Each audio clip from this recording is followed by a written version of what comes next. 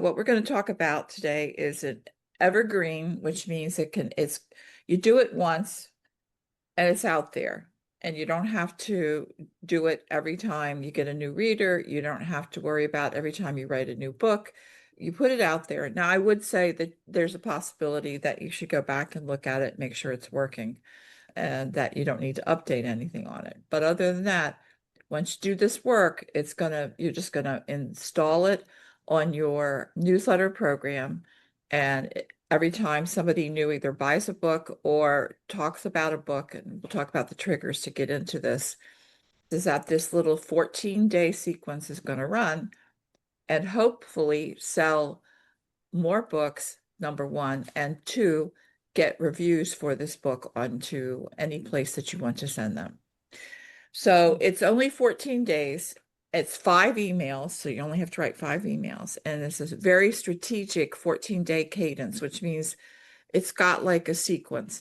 And the first email is going to go out. So I'll talk about the cadence a little bit. The first email goes out within 24 hours of when the trigger that started this, which is either a buy link in the back of the book, or it is something you put on social media, or something you put in a newsletter about the book. So they clicked on it because they click on it to go to an Amazon link or something like that, and you're going to start this going at the same time. And the point of it is to nurture the relationship, encourage reviews, and to promote additional books either in your series or additional books that you've written. It's very slow today. So here's the 5 emails, and here's the actual day's layout. So you think about this. So the first day, the first email is going to be thank you and a warm welcome. And it's going to set the personal connection up, and it's going to set the expectations of what they're going to get in the next 4 emails. Then, and I like to do them 3 days apart, so that you're not like overwhelming them. Now you can change the cadence to anything that you like, or you can change the sequence to anything you like. You want to do it 1, 2, 3, 4, 5, but it could be 1 and then 3 days and then 2 days and then 3 days. It's your feelings, okay? But the good thing that's out there is that about every 3 days is a good time to send another email to a person without overwhelming them. Okay, so the second email is going to be the character spotlight and a fun fact. And what this does is it deepens the story bond. It reminds them of what they're either bought or they should be reading or that they have read if they're a fast reader. Then the email number 3 is the exclusive character interview. And it also includes non-specific, it's a special, but it's not within the book content. Okay, so this could be like a bonus scene. This could be a character. Here, we're calling it character interview, which character interviews are really good because it's not going to be repeating the words that's in there, but you should have had a idea of who these characters were. And that's one of the things that like blogs and stuff do, or if you want to do your own newsletter and things, is that you could rerun character interviews from your books because for a reader, it's very intriguing to learn more about a character, especially of a book and that makes them want to either, if they haven't read it, to pick it up and read it, and if they have read it, to go back and read and refresh themselves with it. Then the 4th email is the reader connection and the review, asking for a review. And you do this in such a way that a review prompt, and you do this in such a way so that it's not hard for them to do it. Like you're going to give them an outline and say, here's how to do it, and give them 3 examples of how they could write a review. And so they could put the review, you could put in here where you want them to review it. If you want them on Amazon, you want them on Barnes & Noble, you want them on Kobo, you want them on Goodreads, wherever you would like to have a review written. And you could do it in multiple places, and you can also do it more than once. You can repeat that email more than once.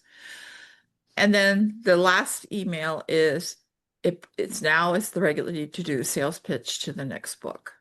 So you're congratulating them on having finished the first book.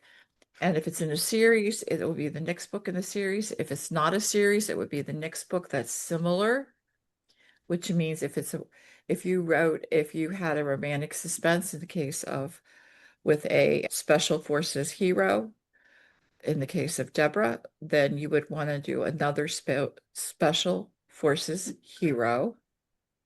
I told you the words in another one of your books. And these are your books, they're not somebody else's books. So this sequence is all about you. It's not about anybody else. Okay, there we go. So now we're going to get into it. So we're going to get to dirt. The thank you and the warm welcome is the purpose of it is you're thanking the readers, you're making them feel good about their choice, and you're setting the expectations for what's coming in this email sequence. So the key components of it are you have to have a personal thank you from the author. That would be you. You can include a quick recap of what the story is about, so that if they've opened this email and they go, what? You're going to give them a really fast idea. So at this point, it's not all of the back cover copy. What you're giving it is one paragraph description of the book, the setting, the highlights, whether it is the genre or the, gosh, what are the words? Not the tropes. You want to put the tropes in here. You could also include a light behind the scenes note about inspiration. Why did you write the book? Or what inspired you to write the book? Or something that's inspired you after the fact about the book. And you're going to include the CTAs for this, which they're going to include soft mentions that there's a world that continues in other books. And that's only if that's relevant to this. So if it's not part of a series, but you write very similar settings or very similar tropes, then that is what you will include in here. And then you're going to have a call to action. Now, the call to action, there's going to be one call to action in every email that you send out. It's not necessarily going to be buy my book, buy my next book, leave a review. It's not going to be that blatant. What you're doing is what's considered a soft call to action. So in this case, it's going to invite them to reply with their favorite suspense. And this is in the case of Deborah. I didn't fix this. So I would pick one of the tropes and then ask them to supply their favorite one. Now, you're only going to get like 3% of everybody you send this to who's going to actually reply to you. You don't have to worry you're going to be inundated by a bunch of replies. But what this does for you is if you're asking them to reply to your email, then that is going to move all of the emails that you send from this product. It's going to, if you're doing MailerLite or MailChimp or one of the others, whatever, it's going to move your future emails into their inbox versus their promotion box because they made the effort to reply to your email. So that's a good call to action. If you think I really can't deal with email, if that's what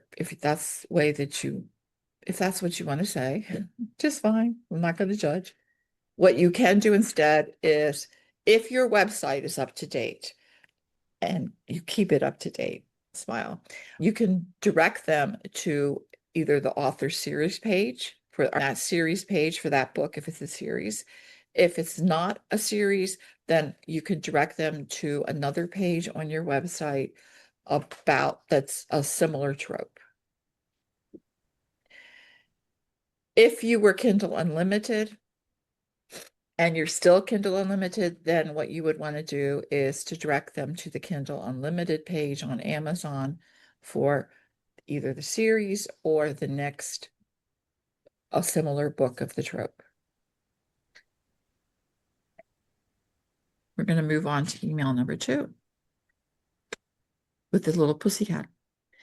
Okay, so I'm sending this out day 4, which means it was 3 days after the email number 1. The purpose of this is to build a deeper bond with the story world and the characters.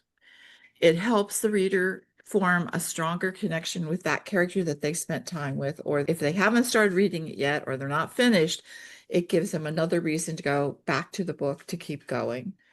And it also will make them more likely to pick up more books in that feature those characters or that world.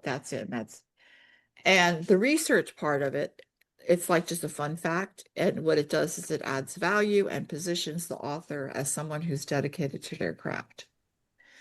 So the content elements for this is like what you want to include in it is either a mini character bio of the hero, the heroine, or a secondary character, especially if the secondary character is going to have a book of their own or has a book of their own. And what you're going to include in there are the quirks, the habits, the fears. It's very short. And what I would do here is that at this point, I would use either AI or Canva AI if you have that, if you pay for it.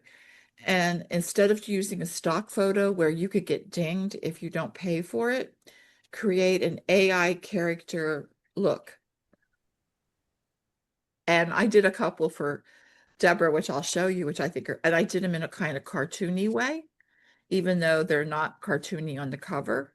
But I thought but it was cute so that you could, when you put in the little character bio, that you're also putting in a image. And it's good to alter your email. So some of them have images and some of them are just like, here's a dear reader note letter. So you keep that in mind as you write it. And it should be only what feels natural to you or how you would like to appear natural to your reader.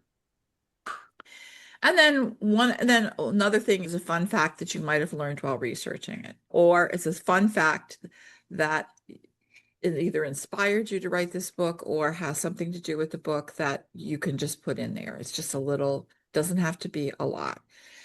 And then right now, this is very popular, is that readers want to see that it's written by a real person. So putting in a photo or a prop from the author's writing desk shows you're a real person and that you're genuine and that you're authentic. And that's easy to do, especially if it's messy or if it has like, here we got a cat. I don't know if you can see the whole thing, but here we got your writing and you got the little cat. So in the case of Leah, it could be a cowboy hat, a Stetson, it could be a buckle, it could be a badge from Deborah, or it could be something that shows that you're real and the book came from somebody that's real. And then the call to action into this is that, again, so if you happen to have put on your website, and some people do, a full character sketch. This is not a mini one. This is like a fuller one. Then you would link to it so people could read more about the character. Or you could just link to a book that's in that same world. And I am referring you to refer people back to your website, because what you want to do, what this does subliminally, is that it is allowing people not allowing, what it's doing is training people that once they read your book, that they should also be going to your website more frequently, because what's on your website is how they can contact you, how they can play with you in social media, how they can sign up for your newsletter, and more information. Like your website is more or less static. Once you put something up there, you're not going to go back very often and change the book pages, the series pages, unless you have a new book, unless you do a blog, which authors don't always do all the time. But there's still a whole lot of information on your website that they can't all grasp at one visit. So the more times you send them to your website, the better it is for you. So if you're linking, when you want to link, and also you have control over your website, which you don't have control over any of the book pages that are on Amazon or Barnes & Noble or Kobo or Apple Books or wherever you send it to, even if you send it to a bookstore, because they change their links all the time. And so unless you want to be updating your website all the time, this is not something that you want to do. We're up to email 3. And I would let you ask questions, but It's up to you if you want to ask questions in between. All right. Email 3 is now we're really getting into the character. Okay. Before we just did a mini one. So this is a more exclusive, and this is where you actually interview, and it's a short interview. And when I'm saying short, 100 words, we're not talking that you're writing a whole new book here. You're just writing a short little interview with either the main character, and it has to be with between two characters. Because what you're doing here is you're going to show the interaction between the characters. You're going to give a sense of what they're like. And you're going to use what they call news magazine style. And hopefully you know what that is. So if you read like a Cosmo interview or any interview like that, so it's quirky, it's fun, it's like you could see that one character is serious and the other one is not so serious, or one character is grumpy and the other one's happy sunshine. So what you're doing is you're shining a light on your characters. So it's just deepening the relationship that you're building with the reader about your product, which is the book. And the elements are going to be so here what you're going to build before you go in there is the short interview. And I have a template for you with 4 questions. I know that you were going to love me for that because I worked on that one for an hour and I was like, oh, I really love this. And you're also going to, the other part of the content is you're going to drop hints about other people or places that are in the author's world. And it could be within that book or it could be in other books that you write. And then the call to action is have them suggest the next book that they'd love if they enjoy these characters. So it could be you ask them to email you back again, or you could also just have another link to if this character showed up in a previous book, even if it's not part of a series or something like that, or if there's a character that's similar to it, then at this point you would point them to another book and remember, you're pointing them on your website to another book. And this bottom thing down here, this email provides unique content that's not found in the book. So unless they are on this email, unless they're getting these emails from you, they're getting something special. They're getting something that they couldn't get if they just read the book. And what it does is it makes the reader feel like they're an insider and part of an exclusive club.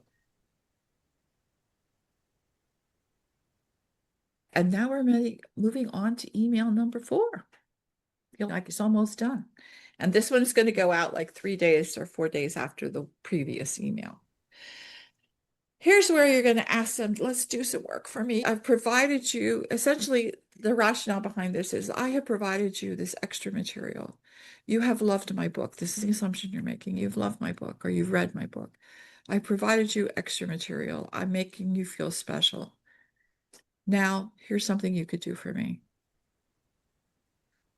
Please leave a review. So the first thing you're going to do is say, why is the review special? Why is the review necessary? That's going to be the whole focus of that. Then you're going to give them a really quick guide on on leaving a review and how to do it, and give them examples. Okay. And then you give them a link to like wherever you want them to do it. And I wouldn't give them too many. I wouldn't, like, if you really need to focus on Amazon, that just leave a link to your page for them to leave the review.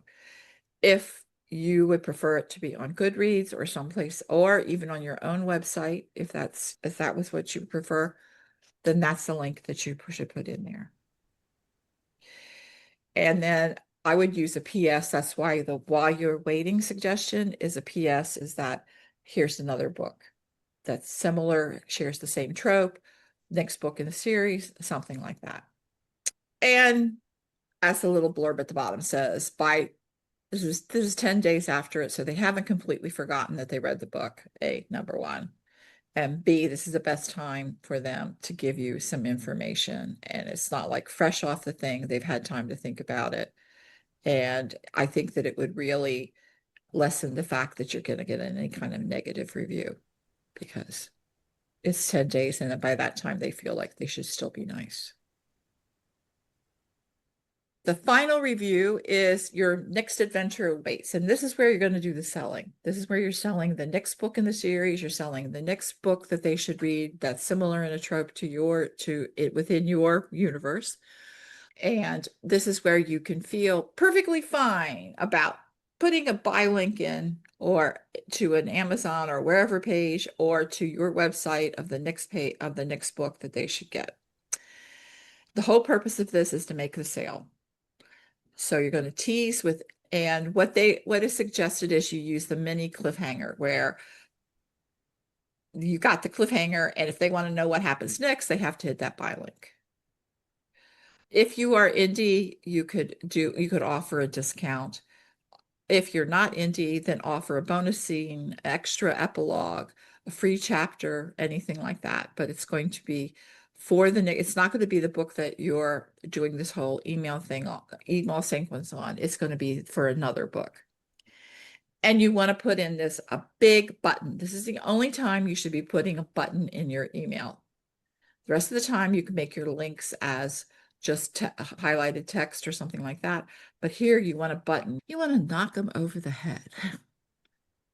And yellow is the best color to use because that's what trains people on Amazon to buy is the yellow button. And you don't start the whole sequence out with this buy thing of the next book in your series. What you're doing is you're waiting to the last thing. And when you have done this sequence, it also puts into the mind of the reader or the purchaser that you gave them value. You gave them 4 previous emails of value. So by the time they get to this buy my book, it's not like a huge sell thing. It's not subtle anymore, but it's not being really aggressive.